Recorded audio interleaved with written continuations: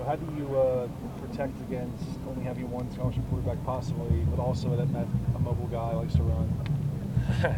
You got to let the guy go play, you know what I mean? And like I said, we choose not to think about, or not to think about, but you can't play scared of getting someone hurt. And obviously you don't want to put unnecessary hits on him, but you also can't handcuff the kid. I mean, he's got to go play his game. And because like I've always said, to give yourself the best chance to be successful, you got to go be yourself, you know what I mean? And so it's not like we can say, hey, if you feel like scrambling, don't scramble, you know what I mean? Like, that's just not who he is. And so he's got to go play and do everything he can to be successful, and we need him to stay healthy. So that's the situation it is. But he's got to go be himself and attack like he always would. I know Brandon Purdue hasn't been in your room for long. What's your impression of him? Yeah, Purdue's always said he's run scout team quarterback for a long time, so he's gotten throwing reps. But obviously, again, if Fink were to go down, you got to have a plan. It's just not an ideal situation. How extensive is the package that Purdue can run? Probably not really extensive. Like I said, we'll figure it out. We plan on playing Fink, and again, if something happens, now you're in a scramble situation, and you got to make the best of what you got. Clay mentioned having Bonds do some stuff back there too. Tyler's a great athlete, and he can throw a football, so we've given him snaps, and I'd put Almond all back. I mean, there's lots of things. I think you got to get creative in that situation, but like I said, Tyler got to take a couple reps a day just to be back there. Again, if you get to that situation, you just got to get creative and try to figure out a way to move football. Is that something you have to spend time this week really thinking about? I mean, I spend most of my time trying to figure out how to win with Fink, but again, you're going to spend a little bit of time figuring that out. But we got a quarterback that we think can go win a football game, and we are going to plan for him to go do that. If something else happens, again, you get creative and figure something out on the fly. What stood out on film when you went back and watched that when you didn't see live? What's that? What stood out on film about Fink when you went back and watched? Yeah, I mean, I think that coming off the field, you had a pretty good impression of what he did. He went out there, he brought energy to the unit. The guys did a good job rallying around him. I thought we made a lot of plays. He was aggressive and played his style of football, and so you're happy with that. Again, and when you go back and watch, there's reads you got to clean up. Obviously, there's things that he could have done better. But at the end of the day, he gave us a chance to win, and he gave those guys a chance to make plays, and he got great players around him, and they made plays. So, you're happy about that. But again, it doesn't matter who it is. You're always seeing where you can improve and cleaning things up. And he's going to have to go play well this week to give us a chance to win, but we expect him to do that. I know you guys preach competition a lot, especially through fall camp with the quarterbacks. Heading into this week, is the message to Matt that he does have a chance to prove that he could be the starting quarterback going forward, or do you proceed thinking that when Keenan comes back, he will be the starter?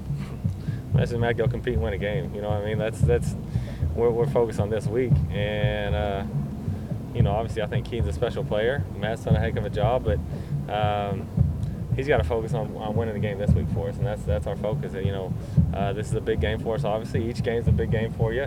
After this, you're going into a bye week, and hopefully you can get healthy everywhere, or a lot healthier everywhere, and you'll figure out from there. But we need him to go play well, and like I said, I expect him to do that.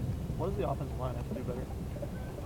I think up front, if you look at a lot of the negative runs last week, it was just miscommunication. And so communication is obviously something we preach to them all the time.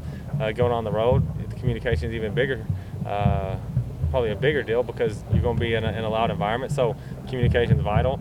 I think if we communicate better the other night, they would have the run game would have been a little bit better. I thought they protected really well the other night.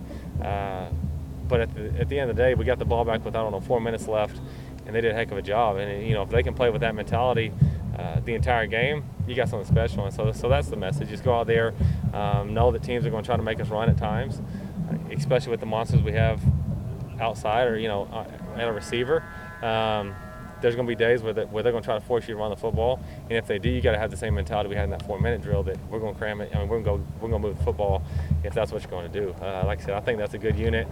They did a nice job, down the stretch right there to win the game for us. And again, we just have to have that mentality for the whole game. What have you seen Michael Pittman do especially well these last couple weeks, and especially this past Friday? Pitt's, mean, he's good. You know, he's big, he's strong, he's physical. He catches the ball well. He runs fast. That's what you look for in a receiver. So I mean, he does it all well. There's not, you know, I don't think he's done anything different. Well, really, game one, I think if you go watch, and it shocked me because he's a senior, but he kind of, when the lights came on, he got in detail with some of the stuff that you hadn't seen all spring. Since then, I think he's been much more detailed in his route running. He's been exactly where he's supposed to be. And when he does that, like I said, all the physical attributes are there. And he has nights like he had the other night. I mean, that was a heck of a performance by him. There's times where, like I said, it may not have been the best decision, other than the fact that it was Pittman. You know, I mean, if you're throwing it up, if it's at North Texas last year, I would have said it was a terrible decision. But because we got Michael Pittman out there, it's like, good throw play, I guess. You know what I mean? And so, like I said, he makes you right even when you're not right sometimes. And so we're fortunate to have him, and we're fortunate to have a slew of guys that can do that for us. You know, I think Almonroe can do it. Pittman can do it. TV can do it, and then we got guys behind them as well. You know, Drake and Manier and those guys. We're deep at that position, and that obviously helps the quarterback have success. But Pittman, he's a competitor. He has the right mindset.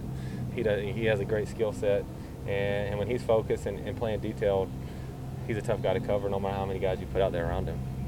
You ran, I think, 54 plays, and are you surprised that you're not running more plays than that, or is that the long ball? And I was surprised, honestly, coming in the next day, I had no idea we only ran 54 plays. And then I saw the thing that said we only ran 54 plays, and yeah, it surprised me. But you know, if you look at the stats, I mean, if you look at the drive summaries, we just didn't have any long drives. You know, I think a lot of that has to do with, you know, Pittman scoring from 80 instead of having to march down the field. And if he'll score from 80, then I'll take 54 plays every time. You know, but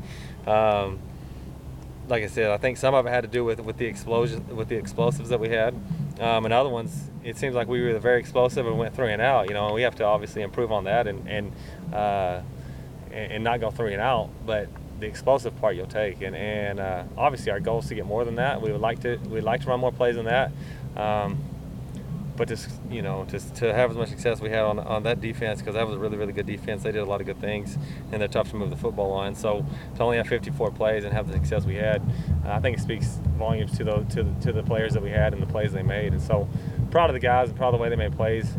We got to reset and do it again this week.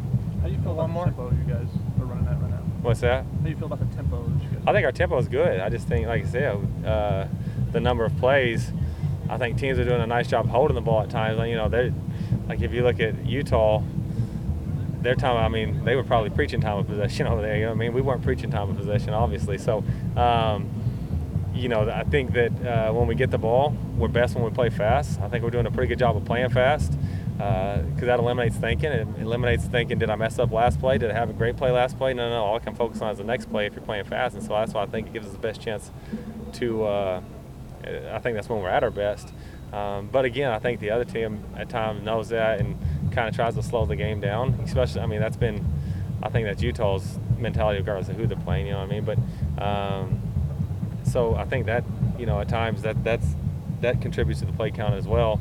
Is other teams trying to slow it down, keep the ball away from you. But I think the tempo when we're out there is pretty good right now, and we're playing fast, and we're at our best when we do play fast.